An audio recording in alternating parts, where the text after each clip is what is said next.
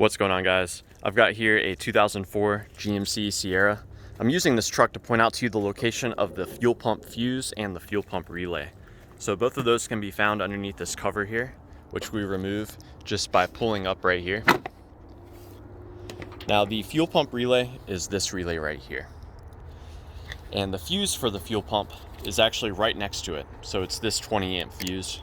GMC calls this the PCM-B fuse.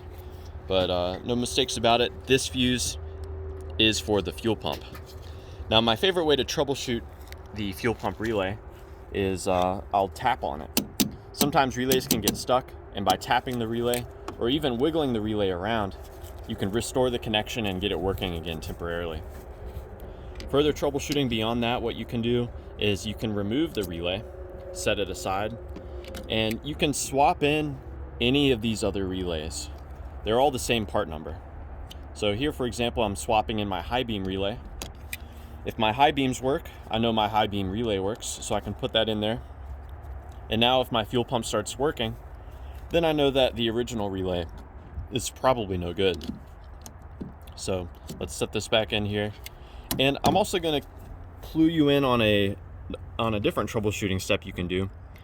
These two pins here, if you connect them together, that will send power directly to the fuel pump, and the fuel pump will run as long as those two pins are connected. So connecting these two, that's not a permanent repair solution. You don't want your fuel pump to be wired to just run continuously, but it is a good troubleshooting step. And I've also known people to do that if they're using the fuel pump to pump out fuel from their tank. You know, like if they have a bad batch of fuel or whatever. So that's just another step you can do. One other thing you can check out is you see visually on the side of the fuel pump relay, it's kind of discolored. That's a pretty good sign that this relay may have gotten very hot. And so I wouldn't be surprised if this relay had poor performance. So that's something to check for as well. But yeah, I hope this information was helpful for you. Please do let me know if you have any questions, or more importantly, any advice about the fuel pump on your GMC Sierra.